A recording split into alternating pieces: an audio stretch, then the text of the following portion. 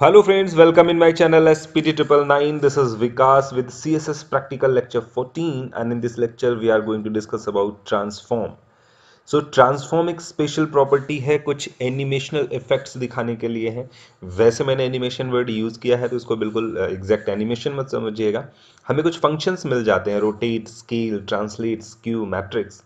तो अगर आप इसको होवर पे या क्लिक पे लगा देते हैं तो ये कुछ एनिमेशन जैसा इफेक्ट दिखाता है। बाकी आप डायरेक्टली भी इसको लगा सकते हो।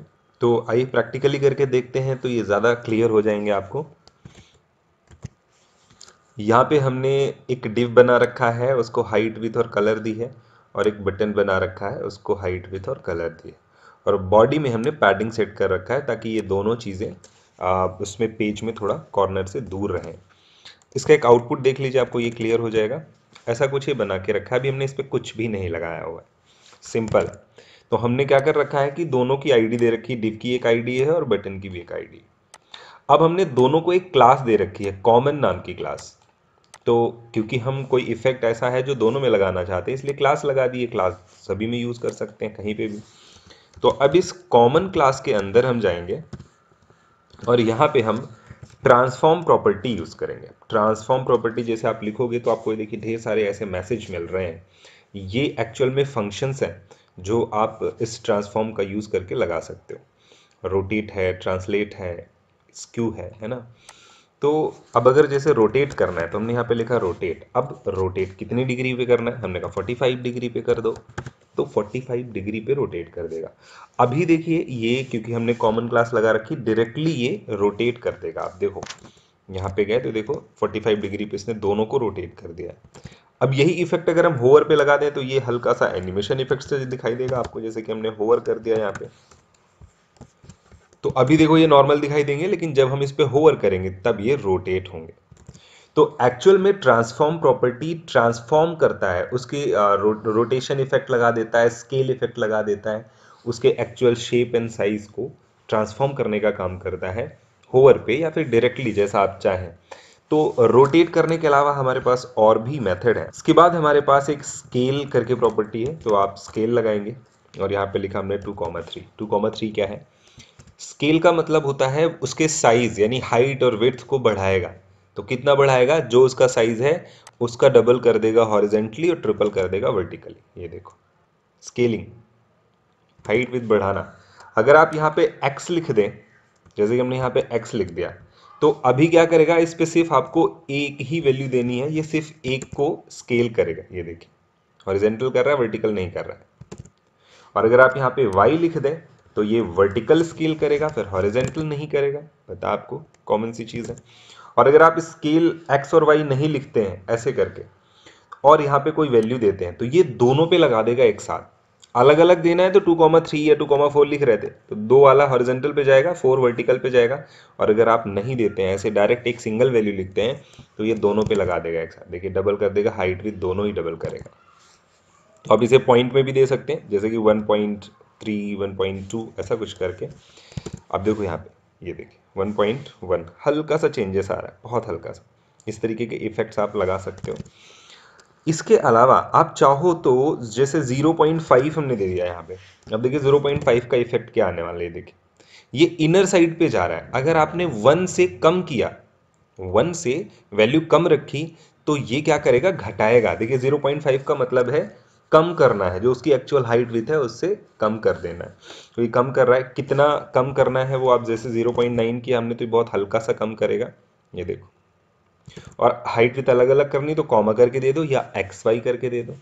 माइनस की वैल्यू भी आप दे सकते हो, माइनस की वैल्यू में भी ये कुछ इफेक्ट दिखाएगा आपको। देखो जैसे हमने -5 किया तो देखो 5 गुना इसने बढ़ाया। बट ये जो 5 टाइम्स साइज को बढ़ा रहा है, इसमें एक चीज़ और कर रहा है, ये साथ में रोटेट भी कर देता है। माइनस की वैल्यू देने का प्रॉब्लम ये है, ये देखो यहाँ पे क्लिक में उल्टा आ रहा है, तो इसने जस्ट रिवर्स कर दिया है। तो ये चीज़ भी ध्यान रखनी है, माइनस की वैल्यू का कोई खास यूज़ नहीं है। प्लस और 0 और 1 के बीच में वैल्यू रख सकते हो या प्लस की वैल्यू रख सकते हो। तो इस तरीके से हम स्केल को यूज़ करते हैं। ऐसा ही हमारे पास एक है स्क्यू, तो जैसे हमने यहाँ पे लिखा स्क्यू। स्क्यू क्या करता है, हॉरिजेंटली और वर्टिकली एंगल चेंज करता है। तो जैसे हमने यहाँ पे दिया 30 डिग्री, कॉमा 40 डिग्री, ये एक्चुअल में स्क्यू करेगा आपके इस एलिमेंट को। ये देखो, हॉरिजेंटल और वर्टिकल, इस तरीके से आप इसको स्क्यू करा सकते हो।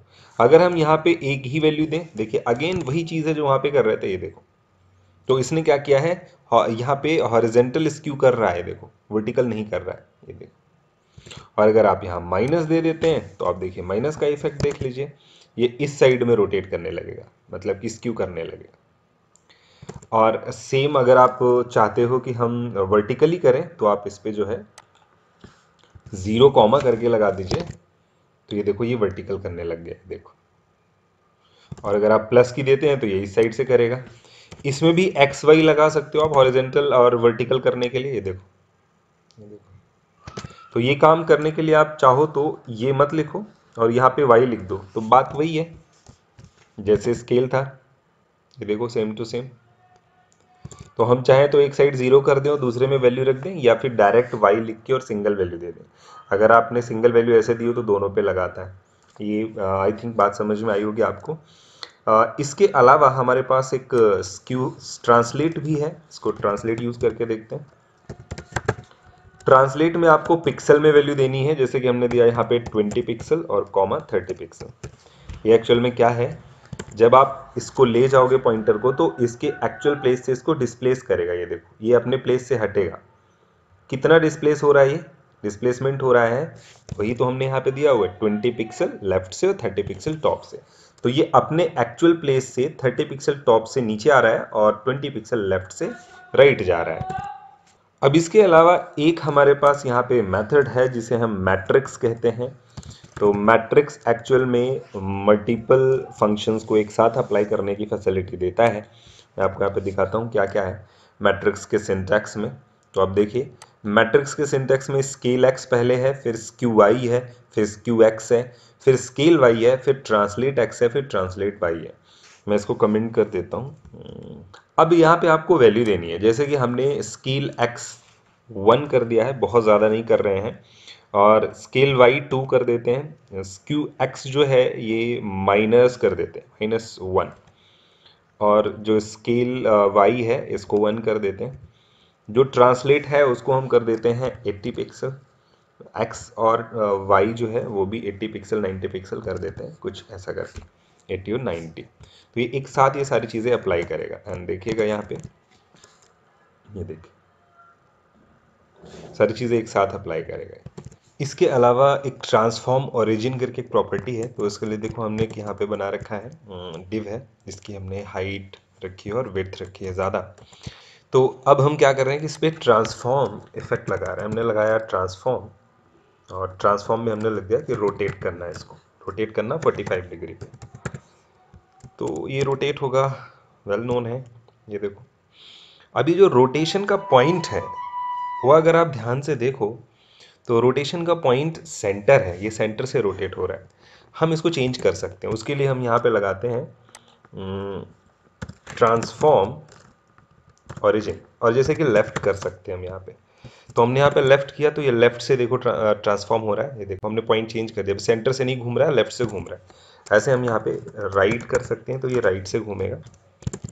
तो ये बेसिकली ट्रांसफॉर्म ओरिजिन है, जो इस ट्रांसफॉर्म इफेक्ट का ओरिजिनेशन पॉइंट, सेंटर पॉइंट कहाँ रखना चाहते हैं वो बताता है। तो ये ट्रांसफॉर्म प्रॉपर्टी और उसके साथ यूज़ होने वाले कुछ इंपॉर्टेंट जो मेथड्स थे, फंक्शंस थे, वो हम लोगों ने कवर किए इस लेक्चर में। And again practice is most important for you. तो आपको प्रैक्टिस करनी है इन सारी चीज़ों की, तभी ये चीज़ें एक्चुअल में क्लियर होंगी आपके माइंड में। अभी समझ में आ जाएगा, बट इसके नोट्स बनाइए और इसकी प्रैक्टिस करिए प्रॉपर तरीके से। And even you are facing any doubt or question, then you can comment or contact directly. So guys, next lecture में हम लोग transition property देखेंगे. That's all for this lecture. Like, share and subscribe the channel. Thanks for watching.